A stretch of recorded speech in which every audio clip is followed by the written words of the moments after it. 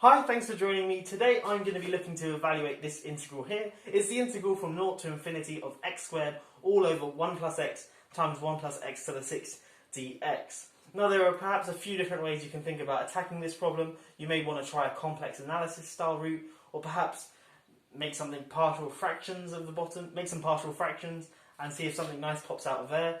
But today I'm going to be showing you a method to evaluate this integral which doesn't use complex analysis and doesn't use any partial fractions.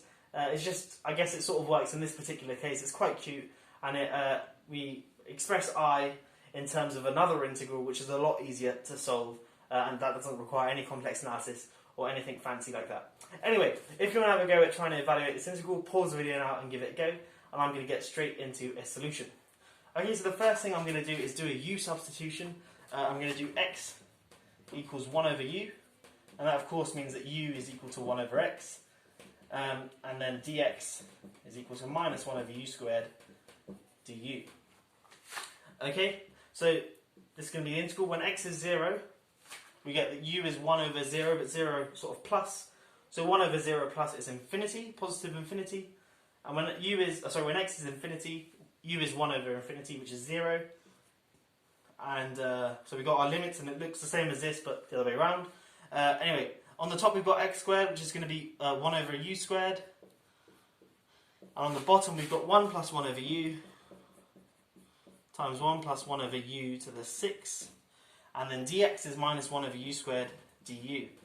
It doesn't look particularly clean. Let's clean it up. Let's firstly get rid of this minus sign by swapping the limits of integration. Cool. Let's write everything without fractions involved and just have some exponents, some negative exponents. So let's bring the u squared onto the top to join this 1 over u squared. So we can write the top as u to the negative 4.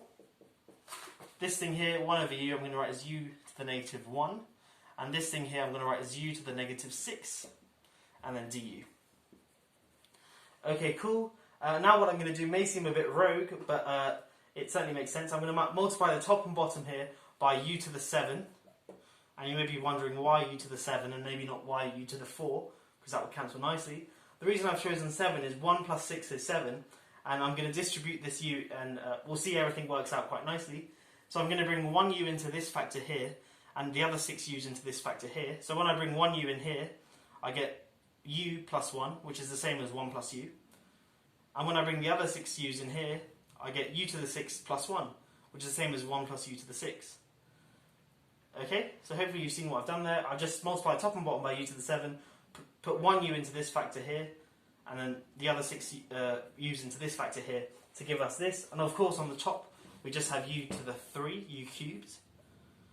Cool, we've got something that looks really similar to our initial integral, except on the top we've got a squared in the initial one, but here we've got a cubed, which is quite nice. And here's where the trick comes in. Of course, oh by the way, of course I can write the u as an x as well. The x and u are just dummy variables when you're evaluating this integral. So let me swap all the u's for x's here.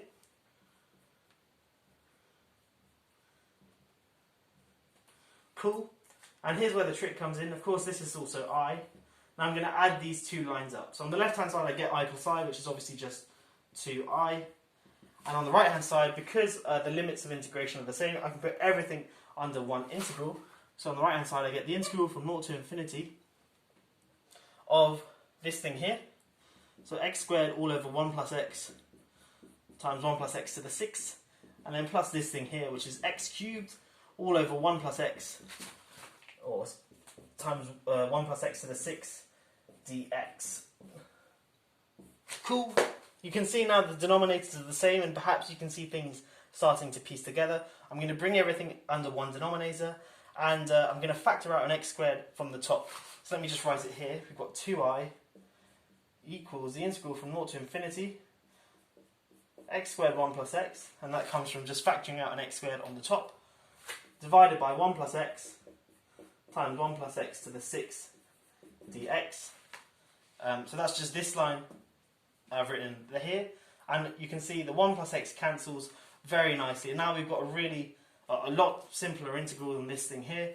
We've got the integral from 0 to infinity divided by x squared divided by 1 plus x to the 6 dx. Okay, let's work with that integral here. Let's get rid of all of this.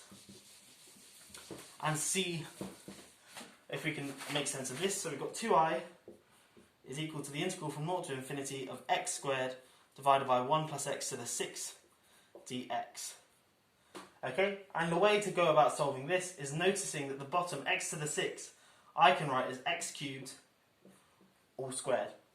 Okay, and that might not seem very helpful right now, but x cubed, the derivative of x cubed is 3x squared, and on the top we've got an x squared. So this is screaming out to use another u substitution, which is exactly what I'm going to do. Let u equal x cubed, and then you get du is equal to 3x squared dx, and of course that means that du is just, 1/3 du is x squared dx. Shoving that all into this integral here, well, when x is 0, u is 0, and when x is infinity, u is infinity. So same limits of integration. X squared dx on the top is going to give us 1/3 du, and on the bottom we've got 1 plus x cubed squared, which is going to be 1 plus u squared. Oh, this is very, very nice. This is a very standard integral. Hopefully you know what this is. This is just, let's factor out the third first. So we're left with the integral from 0 to infinity of 1 over 1 plus u squared du, and that is just inverse tangent of u. Inverse tangent of u from infinity to 0. Of course, when I put an infinity here, I'm going to get pi over 2, and when I put in 0, I'm going to get 0. So I'm just left with 1/3 of pi over 2, which is, of course, pi over 6. So 2i equals pi over 6, and hopefully you can then convince yourself that I is pi over 12, just by dividing both sides by 2. Okay, so that is the end of the solution. That's this integral here evaluated. It's quite cute. You get pi and you get a very just simple quotient.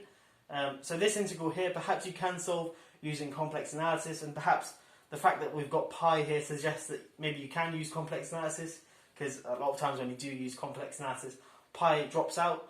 But this way that I've done it requires no complex analysis knowledge, no partial fractions knowledge, just u substitution knowledge, and the fact that this integral here is inverse tangent of u. I hope you have enjoyed this video. If you are new here, please do consider subscribing. I make loads of different maths videos on problem solving and just exploring different areas of maths and whatnot. I hope I'm sure you'll really enjoy them. But yeah, anyway, that is all for now. I'll catch you in the next one. Have a great day.